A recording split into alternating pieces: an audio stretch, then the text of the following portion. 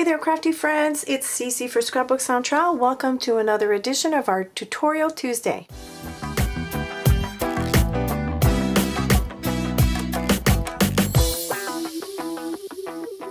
Today we'll be stamping with a whole bunch of different stamps, all coordinating from the Little Darlings company and to create this beautiful scenery. And we're also going to be using some papers by Pebbles from the Walnut Grove collection. The papers I'll be using are Laura and Harriet. I'm going to be using the reverse side of Harriet, as well as a nice light peachy cardstock and Copic markers. You're going to need the following stamp sets by Little Darlings: Wingback Chair, Reading a Good Book, Table and Lamp, Chloe Listening, and Wall Art Set. You'll also need Memento Tuxedo Black ink pad, a pair of sharp scissors, the Stamp-A-Magic kit, your regular adhesive, as well as some foam adhesives, cotton candy stickles, 1 sheet of Easy Mount, some Post-it note paper for masking. Our card base will measure 6 by 12. Then we'll have a piece of this pattern paper measuring 5 7/8 by 5 7/8. Our second piece of pattern paper will measure 5 7/8 by 2.5. And from that same pattern paper, we will cut the strip at the bottom of the Harriet paper. And we'll leave it at the 12 inches because we're just going to trim it with our scissors. Then you'll need another piece of that light peach cardstock that measures 4 5/8 by 4 5/8, a piece of Nina cardstock measuring 4.5 by 4.5, and some leftover Nina cardstock to stamp our other elements. Before we start stamping, we need to do something with our Little Darling stamps. They come unmounted, and as you can see here, I have the sheet, the rubber sheet with the image on it, and this has no foam. So we've got those Easy Mounts Stamp and Store sheets, and you just have to glue this on top of the sticky side, cut around it with a good pair of scissors like the Tim Holtz tonic scissors, and this is a one-time operation. So I'm going to show you how I do this. I'm just going to glue it onto the sticky side. Now the sticky side is where you see the writing on the Easy Mount Stamp and Store sheet. I'm just going to go ahead and cut the little girl with my tonic scissors. So the first operation is, and I try not to uncover too much of the sticky part so as not to damage it. So I'm just going to go ahead and just give a few sharp cuts like so for now. And I try also not to put my scissors in the sticky portion so as not to gunk up my scissors too much. So now that I've got that part isolated, I'm going to zoom in so you can see. And I have to say that these are the best scissors to use. You need a short scissor like this. They're perfectly made for that. And the trick to cutting through these sheets is that you need to hold your scissors straight up. You don't want to go at an angle. You want a good cushion all around your image. So once you get the hang of it, it's really, really easy. So I just basically hold my scissors straight up like that and just make sharp cuts like this.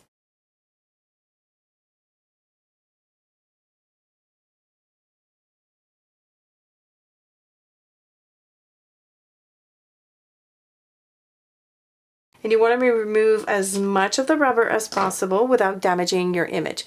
And there's my little girl. She's all prepped and ready to go. Now all I need to do is bring an acrylic block and reveal the cling part.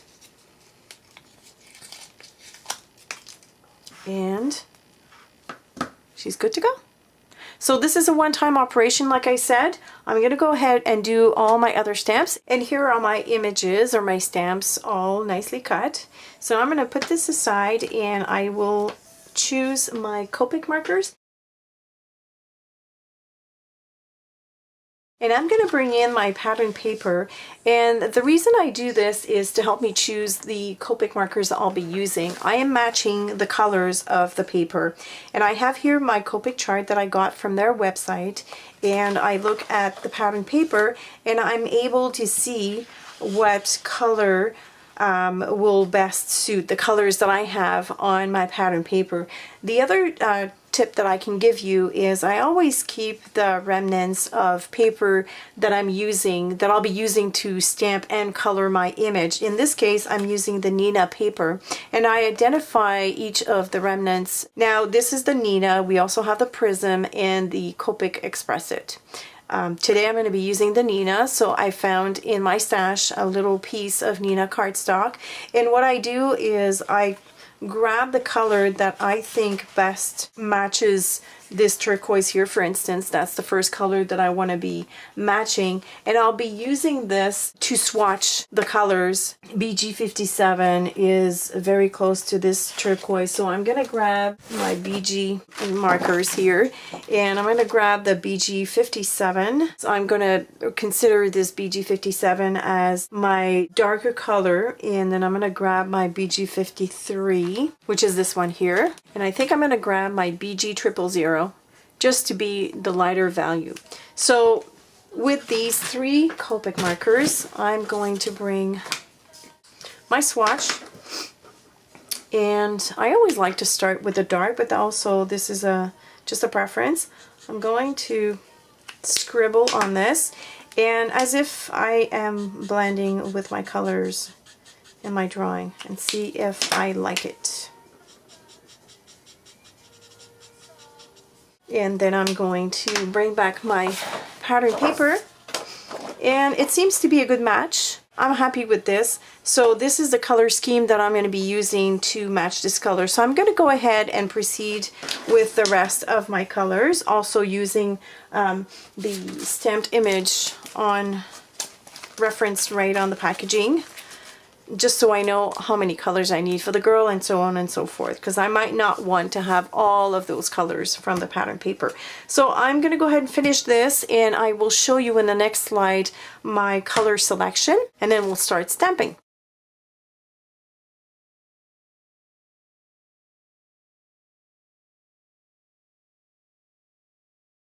I just want to show you my thought process when I create a card like this with a whole bunch of different elements. I did a sketch or where all my images would go. These three elements here are going to be stamped off of the main image paper. So I'm going to remove those. These will be fussy cut and popped. The element that I will stamp first is this table and lamp, because I want this frame to be behind that lamp. I will mask that lamp after I stamp it, and then I'm going to stamp my three frames. It'll all make sense to you once I start actually stamping.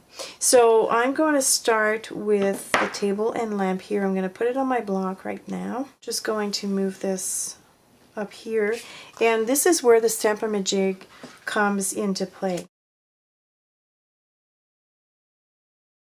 What we're going to do is we're going to create a template with our image onto our imaging sheet that comes with the Stamp-A-Majig, and I'm using obviously Memento Tuxedo Black ink. So basically you just take your imaging sheet and you butt it against that T here, and then you're going to take your acrylic block and you're going to line it up in that corner right there and stamp.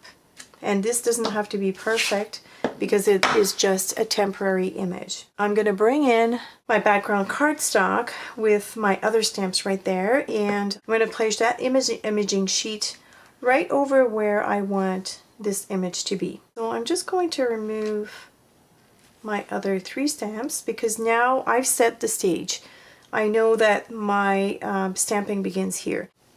And now I'm going to take my Stamp-A-Majig tool again and line it up with the corner of my imaging sheet. Remove the imaging sheet.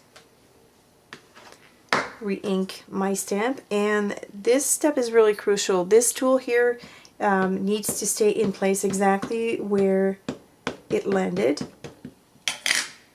I'm going to take my stamp again, and line up that corner with the corner of my Stamp-A-Majig tool and just press down like so. So now I have perfect placement of the table and lamp. I'm going to stamp that table and lamp again, but this time I'm going to stamp it onto my post-it note, and I just want the lampshade. So I'm going to make sure that the lampshade hits the sticky back of that post-it note. Then I'll cut around that lampshade.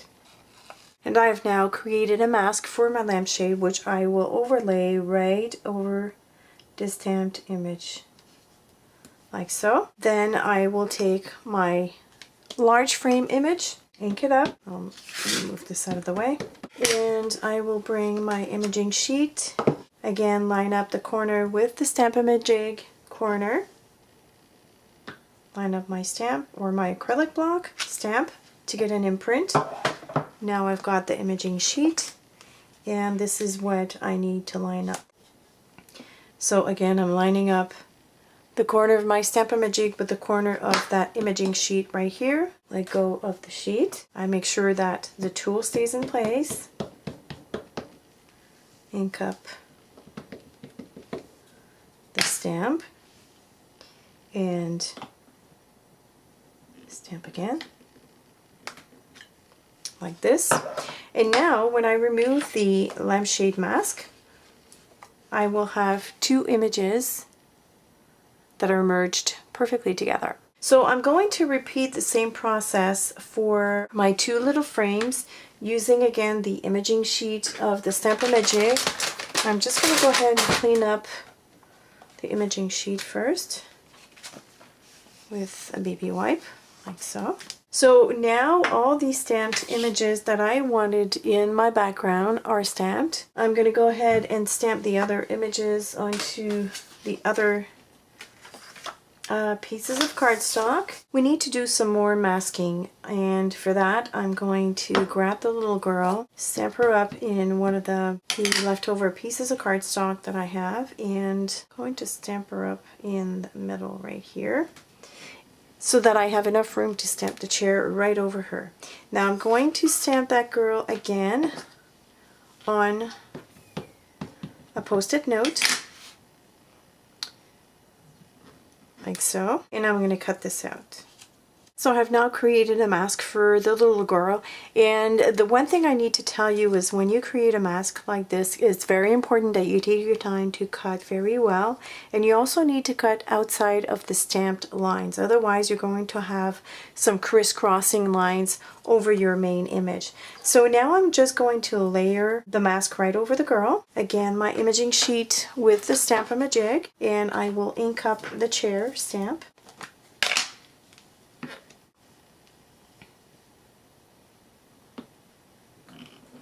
And I'm repeating the same process as I did for the other images on the main cardstock. And now I can position the couch right over that girl. I want her to line up with the edge of the couch right like that. And now I'm going to realign my Stamp-A-Majig in the corner of my imaging sheet. Remove the imaging sheet, making sure that this is really well in place. I'm going to ink up the stamp once more, and lining up the corner again against the Stamp-A-Majig, I'm going to press down right over the mask onto the cardstock, like so. And now when you remove the mask, you've got another image that we've merged. So now the only image I need to stamp is the dog. I'm going to stamp it right over here because both images are going to be cut. But first I'm going to color everything, then I'm going to cut what I need to cut. Another tip that I wanted to mention to you, when you create a mask like this, keep the mask with the stamp. I've got the packaging for this stamp. When I'm done, I'm going to put back the stamp right into my packaging, and I'm going to also include the mask right inside the packaging. That way you don't have to redo your mask all the time. So if you, especially with stamps like these, when this girl is sitting, you know that she's going to be propped against something. Now that you have the mask done once, you can use it over and over again. Okay, so my coloring is done, and as you can see, I ended up changing my mind. The 3 frames in the background was just too busy for me, so I opted to redo the background and just put one little frame here behind the lamp, and there's my little girl all cozy on her couch reading a nice book, and her little doggy friend. And it's now time to assemble the card. So I'm going to take my large piece of pattern paper and the smaller one, and I'm going to add here the smaller one right over the big one, aligning it with the bottom. And now I'm going to take this strip of paper that I cut down from that pattern paper and glue it down to here, aligning it from the top of that piece of paper. And now I'm going to cut the end off.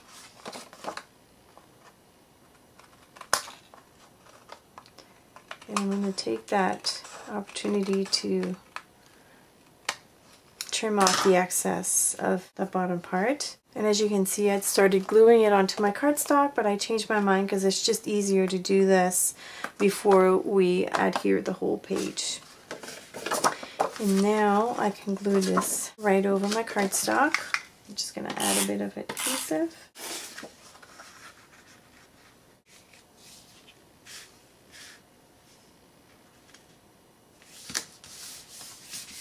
Next, I'm going to glue this piece onto the smaller mat.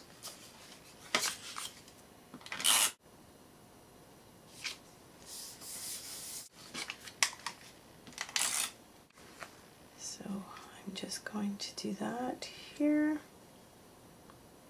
I decided to do it on a slant just to add more interest. Alright, so now I'm going to glue down the little girl with some foam adhesive.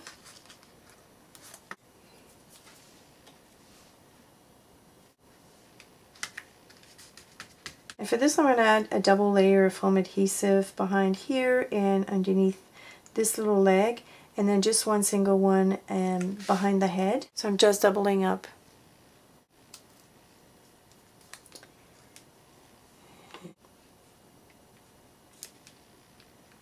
There we go.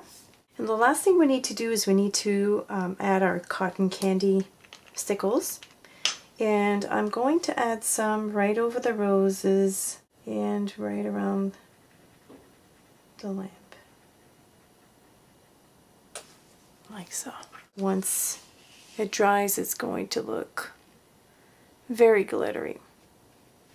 I wanted to give you a close-up of the different elements of the card. The frame here was done using the Stardust glitter jelly roll pen by Sakura, and I've also added some of that around on the frill of her dress and on the page right here inside her book, and I also added a little bit on the dog tag. Oh, and also on the lamppost right here. So it's just enough to add a bit of interest without being overkill. And I love how shimmery it looks. And this is how you create a fun background using multiple stamps. I love, love, love the little darling stamps, and unfortunately the packaging does not really do justice to the stamp. The image really looks flat. So I quite enjoyed setting the scene for this little card, and I would probably add a sentiment right here or even up here just to make it more visually interesting. I also created this with a Prismacolor pencil and paper stump and some odorless mineral spirit or Gamsol, or there's a whole bunch of different brands out there. And I opted not to do any background shading because I have two of my main images that are popped quite high, so they do cast a very nice shadow, and I've thought that adding some more shadowing around here would be overkill. And I just I just spread my stickles all over. So I hope that you've enjoyed this. If you have any questions, please let us know in the comments below, and I will see you next week. Bye!